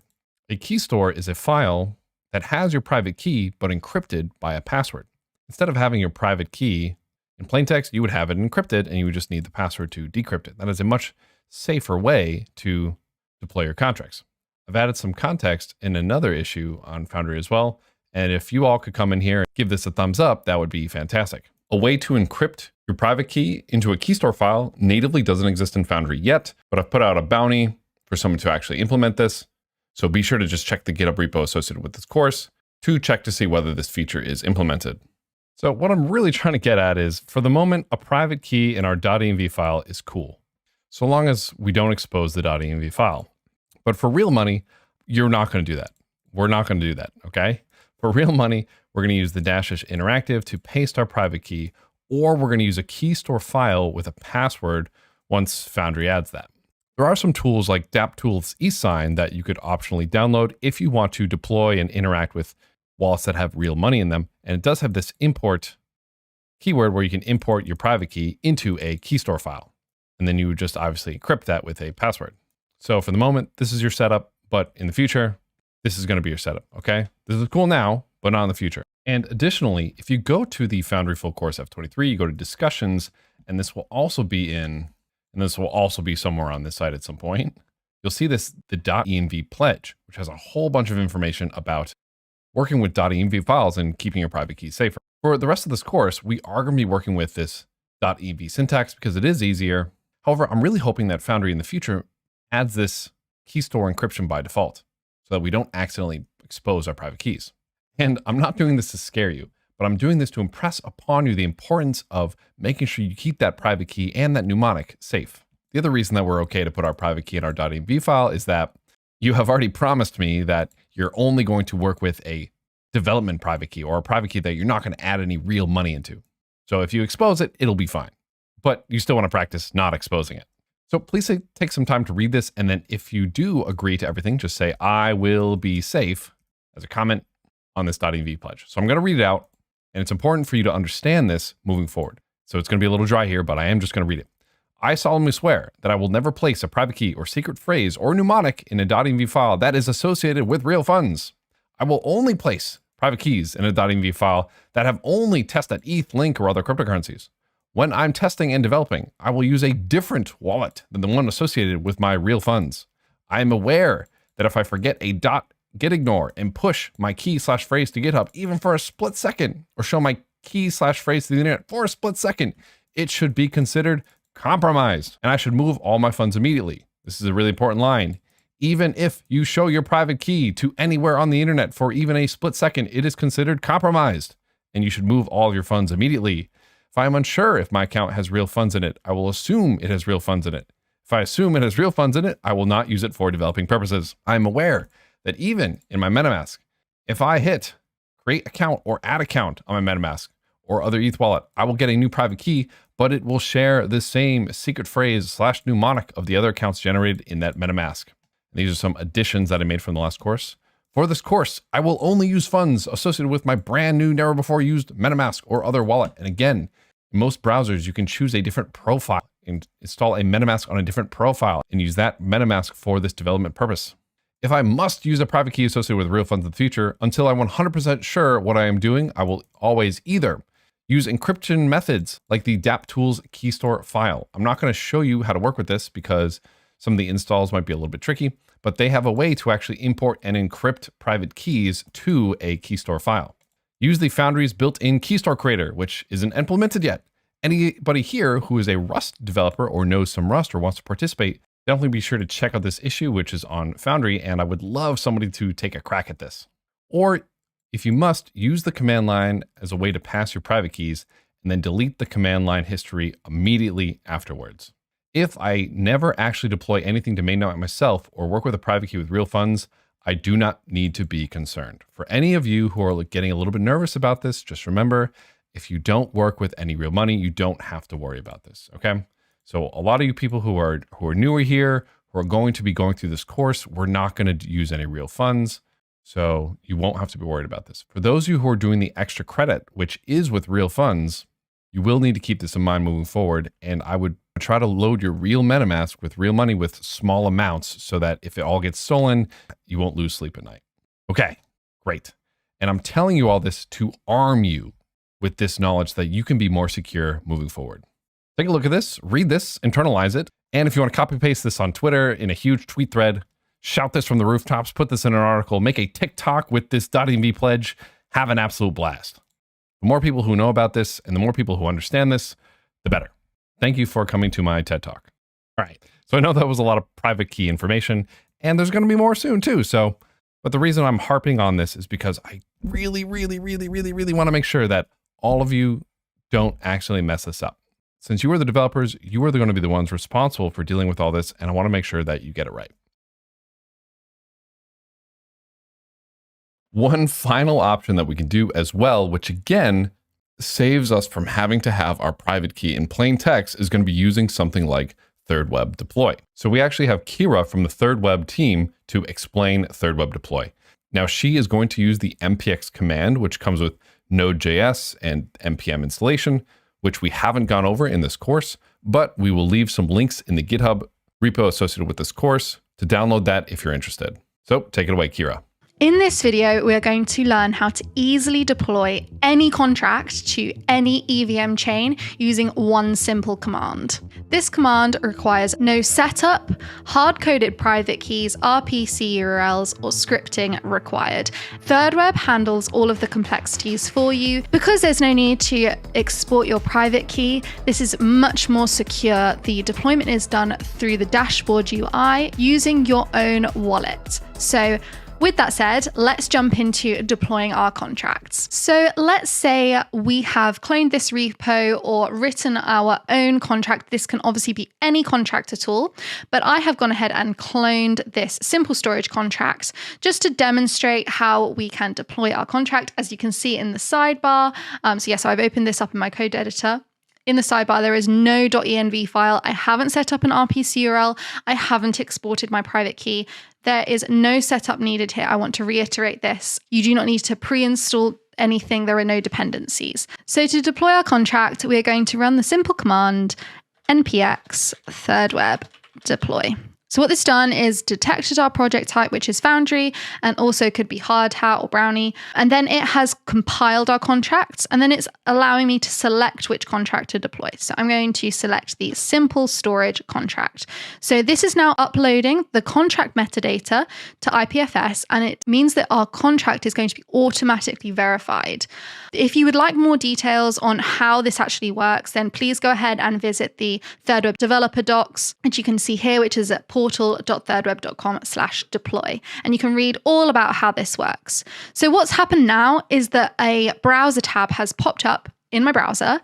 And this allows me to deploy my contract from a front end. So if I had constructor params, which I do not in this case, there are no constructor parameters, then I would be able to fill these out from the front end right here. Next, what we need to do is select the chain that we want to deploy to. As I said, this can be any EVM network. So we can select ones that are popular, such as Base, or we could add a custom network if this is not already in the list, but I'm going to select Mumbai. When I click deploy now, this is going to trigger two transactions. The first one is going to be the transaction to deploy my contract. The second one is going to be a message, which I will sign. And this is a gasless step. And this just adds your contract to your dashboard so that you have a user interface in which to interact with this contract, a little bit like Remix. So I'm going to click this button. I'm just going to sign these two transactions, and then I will be right back.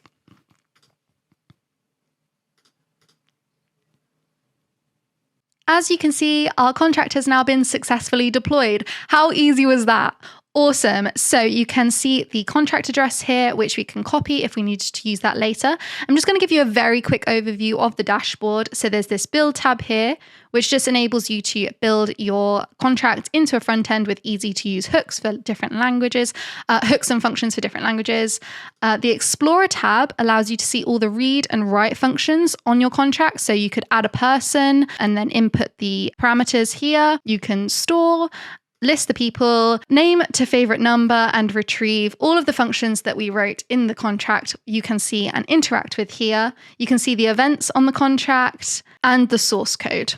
As you can see, this was a super simple, easy, and safe way to deploy your contracts using ThirdWeb. ThirdWeb is the fastest way to build Web3 apps. We can have SDKs in multiple languages. We have pre-built contracts. We have a Solidity SDK and infrastructure for your Web3 development needs. For more information, please head to thirdweb.com or visit our documentation. And if you have any questions, please head to our Discord.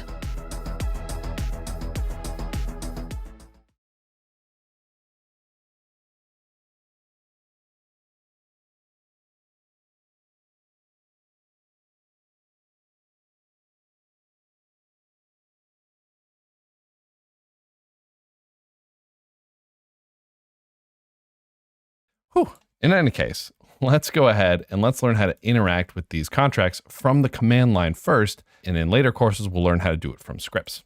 So we have our Anvil running, and we've deployed our contract using our deploy, using at least something marginally better, using private key as an environment variable, as opposed to just pasting it right in here. So what we can do now is we can take this contract address and we can actually start to interact with it. Foundry has another tool built in called cast. And if you type cast -- help, you'll see we get a whole bunch of commands to work with cast. One of the commands that we can work with is going to be send, which is to sign and publish a transaction. So what we can do is we can do cast send -- help. We can see the help of send, and we can see the arguments it takes is going to be 2, the signature, and the arguments.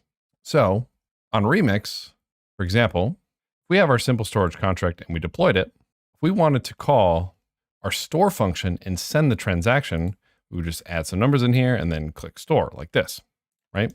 If we want to call store from the command line, we can do cast send the address we want to do, the signature, which for now just know is the function and the input types it needs. So we could call store with a parenthesis uint256 because we're calling the function store, which takes a uint256 as input parameter, and then the arguments or the values we want to pass to our store function. And we'll go ahead and hit enter. Of course, this fails because we need to add our private key and RPC URL. So we'll hit up, we'll do RPC URL, we'll do $RPC URL, and then we'll do -- private key and then private key like that. And now you'll see we'll get all of this data about our transaction back. We'll get the block hash, block number, contract address is blank, probably because it's a local chain, logs, we'll learn about logs later, the transaction hash, etc. Now, in order to read this, we're going to use cast call, which is going to read off the blockchain. And if we do cast call -- help, and we scroll up a little bit, we'll see call takes 2, signature and arguments, exact same as send, but the difference is it's like call is like doing one of these blue buttons. It's calling as opposed to sending a transaction. It's just doing a view function, not actually sending a transaction. So we'll do cast call, we'll paste the contract address, we'll call retrieve, RETRIEVE, RETRIEV. Oh, did I spell retrieve wrong? I don't know, I guess we'll find out. No input parameters here and no arguments. We can just hit enter and we'll see we get the hex value back. This is where I said you're going to be converting stuff from hex back and forth a lot. Then we can do cast -- to base, paste the hex and say decimal. And we can see we get back 1, 2, 3, which is exactly what we've stored on chain. So if we hit up a couple times back to our cast send transaction, our cast send command, and we change 1, 2, 3 to 777, we hit enter, we'll send that transaction. Now, if we hit up 2 or 3 times, we'll call cast call retrieve now, and we should see the new number, which we get back as a hex. And then we'll do cast -- to base, paste it in, deck, and we do indeed see 777 returned to us. Awesome. So now we know how to actually interact with our contracts from the command line.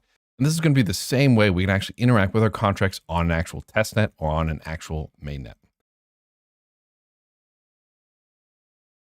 All right, so now you might be asking, okay, Patrick, what does this look like on a testnet or a live network? So let's go ahead, let's go to our .env file and let's update this so that it's a .env file for an actual testnet. So the first thing is we're going to need an RPC URL for an actual testnet, for an actual network. And this is where our MetaMasks actually have Infura connections built in. Remember before, we went to our settings, networks, Ethereum mainnet. We saw we have this Infura connection. We can't use this one because this one's designed specifically for our MetaMask. So we're going to have to get our own RPC URL for an actual testnet. Well, one of the things we could do is we could run our own blockchain node, but a lot of people don't want to do that.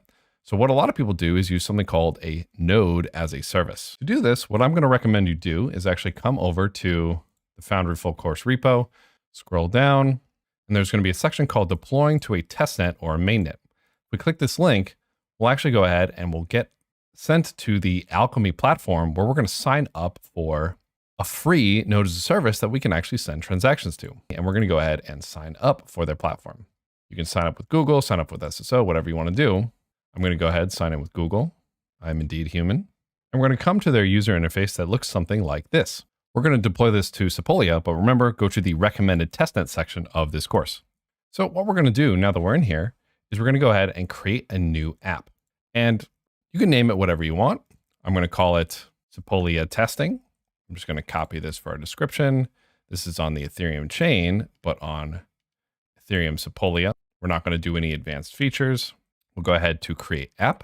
And now we have this Ethereum Sepolia app where we can view details. We can see how often we're calling this, and we can see different details about our node.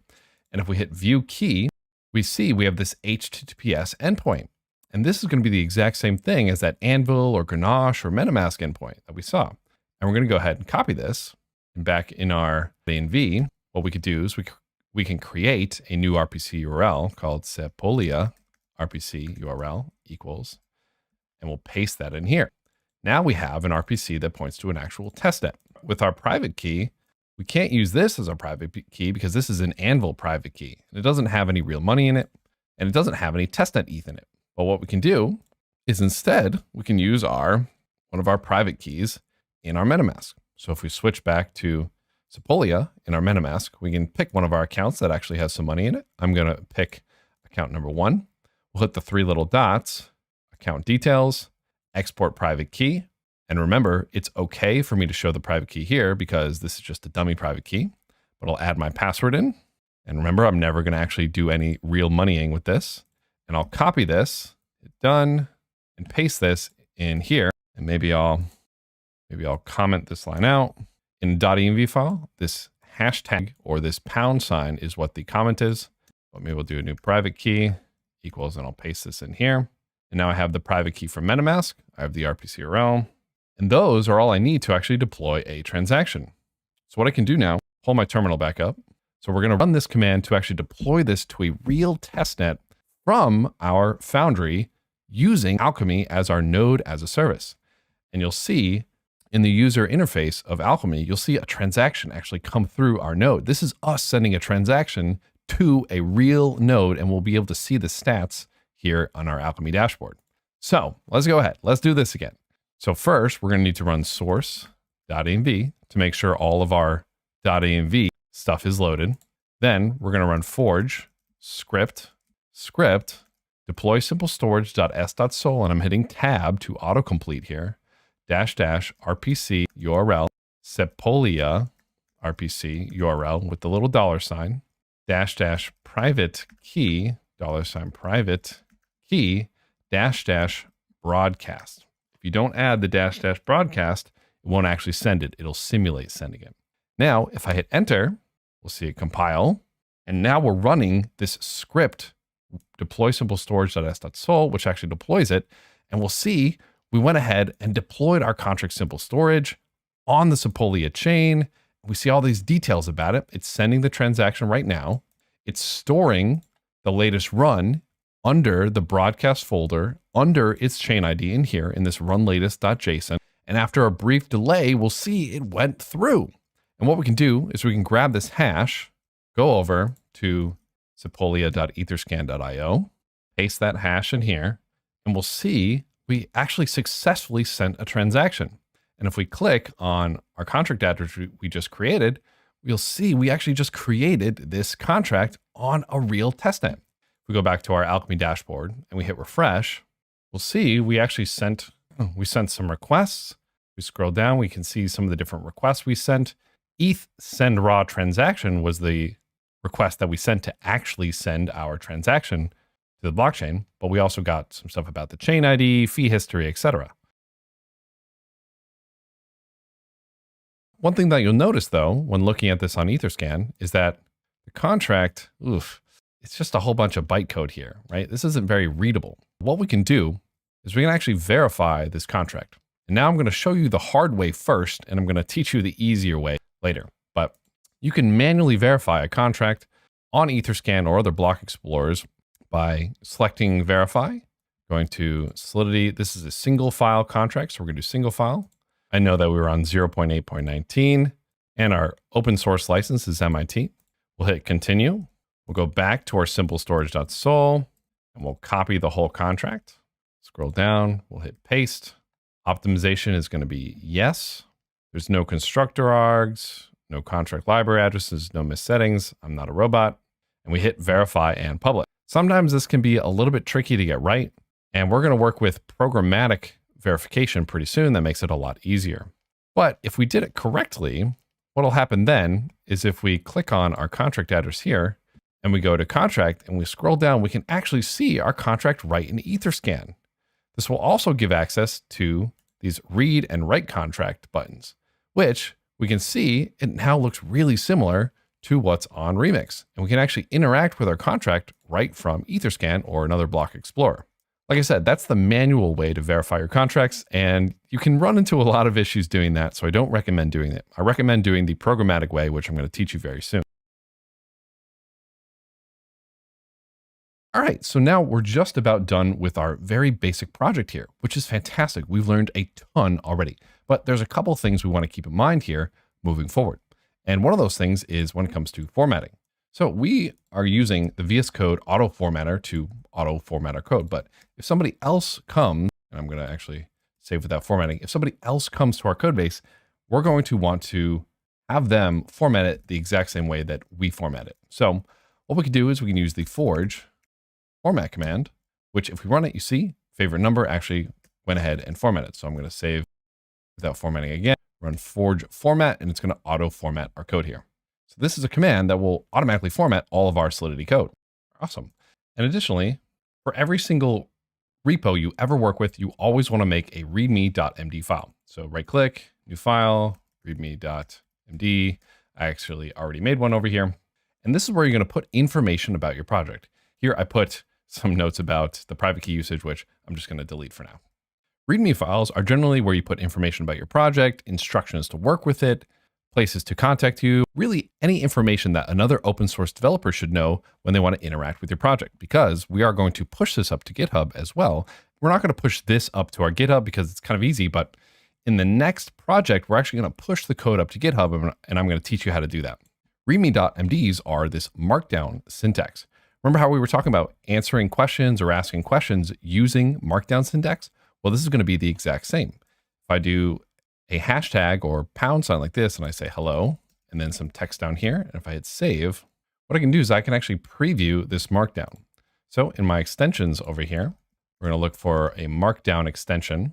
I actually already have one, markdown all-in-one, or markdown preview, or whatever you want to install. And we can open up our command palette with Command-Shift-P or view command palette. We can do markdown preview, open preview like this. And we can see what this looks like as if it was on a GitHub repo. We can see hello is big. We can see our text down here is small. And if I were to do like some backticks like this, I can say like code here, save that. Look at our preview again. We can see this is formatted now as code. You can also do Command-Shift-V to automatically go to preview mode, or it might be Control-Shift-V for Windows and Linux users. There's a lot of different ways to go preview your markdown. And remember, if formatting your README is difficult, usually AIs do a pretty good job at formatting your markdown for you if you just ask them politely. Now, Alchemy has a couple of other really cool features about it, especially when it comes to learning more about what's actually happening with our transactions. Whenever we send a transaction to a blockchain node, it actually enters something called the mempool. It's basically the place where transactions go before they get actually sent.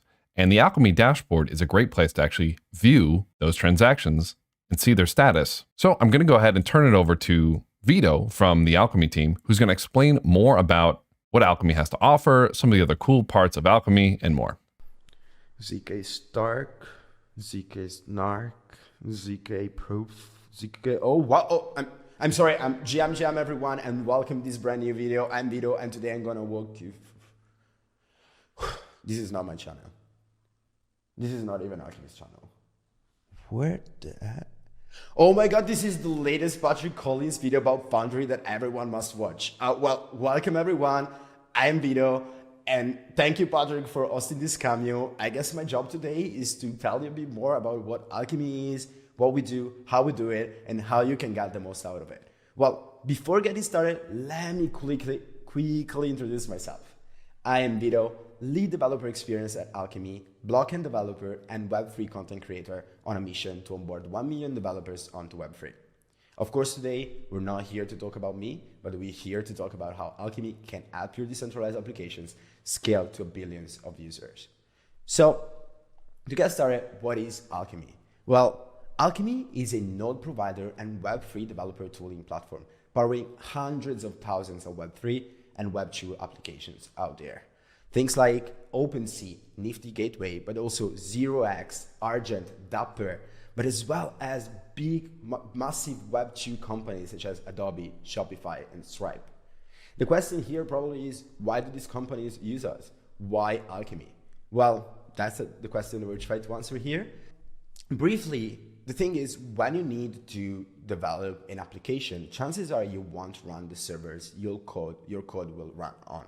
And most likely, you won't even develop the deployment and integration pipelines for it. To do this, you will use services such as AWS, Azure, Google Cloud. Well, Alchemy does exactly this, but for Web3. You can see it as the AWS of Web3, with APIs, SDKs, libraries that will simply make your developer experience better. But how do we do that? Well, we do it in mainly 3 ways. The first one is the Supernode, a blockchain proprietary engine that acts as a load balancer on top of your node and makes sure you always got the latest available data from the blockchain. On top of the Supernode, we built the enhanced APIs. The enhanced APIs are a set of APIs that will allow you to pull data from the blockchain with ease. Here, you can see how we envision this, with the Alchemy Supernode at the center as the core infrastructure powering its ecosystem all around, such as our enhanced APIs, but also our monitoring tools, and of course, supporting all the chains that we support to date. And we'll get back to it in a few seconds. But the question is, of course, how do you get started? Well, the first thing that we're gonna do is navigating on alchemy.com, and we're gonna create a new account. Creating an account on alchemy.com is completely free. And actually, cool thing is that you'll be able to scale your application using our freemium plan because it's quite generous. So don't be concerned about paying anything. Everything you'll see today and probably in Patrick's course is completely free to use. Let's go back to creating a new account. In this case, I will just sign in. Of course, I already have an account. So I'll click on sign in. And as soon as we'll open this window, you will see all of your applications. Of course, if this is the first time you're logging in on Alchemy, you will only see the demo application, but no worries, we're gonna learn how to create a new application right now. Super important, click on create app and let's give it a name. So we're gonna call it Patrick is cool, and I'm gonna use underscores just because of personal preference. Feel free to use spaces or name your application the way you want. We're gonna also give a description. This is optional, you don't have to, but I really think that Patrick is cool. And then we're gonna select a chain. As we said before, we support the majority of EVM compatible chains. As you can see here, we support Ethereum, Polygon POS, also ZK EVM, as well as Optimism and Astar. And on top of that, we support Solana, a non-EVM chain. Here you can select your chain, and here you can select your network. In this case, we will go for Ethereum mainnet, but feel free to try out all the other networks and testnets, of course. We have one for all of these mainnet that we support. So we'll create the new app. And once the app has been created, I can just go and search for my name. So Patrick is cool, and click on my application. Here we go. Once the application has opened, you will be able to see the application specific dashboard. And this is a big game changer for all decentralized application developers, because this gives you full visibility over your application and infrastructure health. You'll be able to see things such as latency, compute units, that is how many RPC calls are eating your nodes, as well as the success rate of your calls, the throughput, and so on and so forth. Super useful when you need to debug. So let's say that here you see 98% of success rate, you'll be able to understand why your transactions are not going through. Well, let's actually do an example. Let me go back and find an application that has actual calls. So here we go. I just navigated to this demo key application that, as you can see, has a ton of calls. But also, as you can see, it has a success rate of 98.5%. That means that 1.5% of our calls are failing to go through. But how do you understand that? How do you debug this? Well, if you're not using Alchemy, chances are that to debug your RPC calls, you will have to spin up your own nodes or run a local node. And in that case, you'll be able to see the logs coming from the node. Otherwise, there is no possibility to see the logs coming from the node. This is not something you will see on Etherscan. Using Alchemy, you'll be able to see all the issues related to your calls, as well as the known issues related to your calls in this dashboard. So let's say that we have 1.5% of calls not going through. What we can do is go on the recent invalid request tab. And here, all the requests that didn't go through will be listed, as well as the reason why they didn't go through. For example, here we have an ETH Sandro transaction that didn't go through because there weren't sufficient gas funds. Well, let's take another one. Here, execution reverted, for example, means that probably there is a problem with the smart contract. So as you can see, debugging, as well as you can see other information on the left-hand side, but I will go back at this in a few seconds because I want to show you another tool that is even more precise to see the information about the actual request. Here, you'll be able to debug your RPC calls with super ease. On top of that, as I was saying, we have other tools to help you debug and get more visibility on your application. So if you click on the menu, and here what we can do is navigate on the mempool. And the mempool is actually just like the mempool that you might think about when you're thinking about Ethereum. So it's a place where all of your transactions are, and you can see the status of the transaction, the information about the transaction, what if the transaction is going through, if it didn't go through, if it's pending for hours, if it got mined, how much it costs, and so on and so forth. So let's say we just navigated on our mempool watcher, and here we have all the transactions going through on our applications. Here I have a bunch of applications, so that's why I'm seeing a lot of transactions. Here on the top, you can see all the mined transactions. So the transactions that already went through, that can be mined or validated. The pending transactions, let me just select one application because of course, otherwise it's gonna take a long time. Here you have all the pending transactions. That mean all the transactions that are waiting to be mined or validated. And here you have dropped and replaced, so transactions that have been dropped, canceled, or replaced by other transactions with the same nonce, the same call data, and the same gas fees, or dropped means there are transactions that have been canceled and won't be validated or mined. But on top of that, you can get even more information on these calls, on these transactions. If I click here on the hash, this won't bring me on Etherscan, but will bring me on the mempool transaction summary page. And here I can see all the information about the transaction. I can see how much gas it costed, which network it was on, of course, the transaction hash, as well as the from address, so who sent the transaction and who's sending the transaction to, as well as the value inside the transaction, the time it took to get sent, and the time it took to get validated. This is more clear on validated transactions where everything has already been filled out. So I can go back in my mine page. So here we go. I can select one. And as you can see here, I have all the information. So I have max fee per gas. I have the transaction type. So this was using the EIP 1559 and a bunch of other information about the transaction itself. Super helpful to debug and get full visibility over it.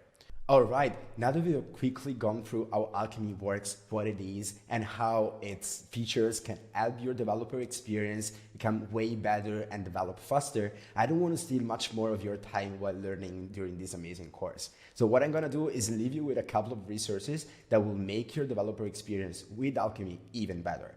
The first one is our documentation. So our documentation has everything you need to get started using our APIs, SDK, libraries, and also tools that we didn't have the time to go through today, such as our generalized custom GraphQL webhooks that allow you to pull data real time from the blockchain through GraphQL queries.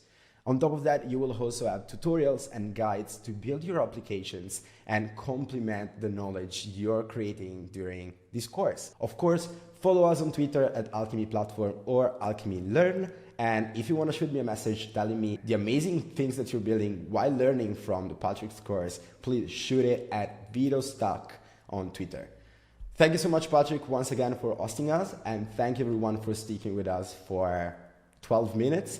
It's been a pleasure. See you around and happy building. But for this one, You should be incredibly proud of yourself. You just did an entire project in Foundry. Huge congratulations. So let's do a quick recap of everything we learned, and then we'll move to the next project. And yes, we are going to push our next project up to GitHub and do a lot more advanced Foundry and a lot more advanced tooling here. So let's do a quick recap of what we learned so far. Well, first, we learned how to create new Foundry projects with Forge, and Knit, which will give us all of these folders on the left-hand side here to actually start working with our projects in a more professional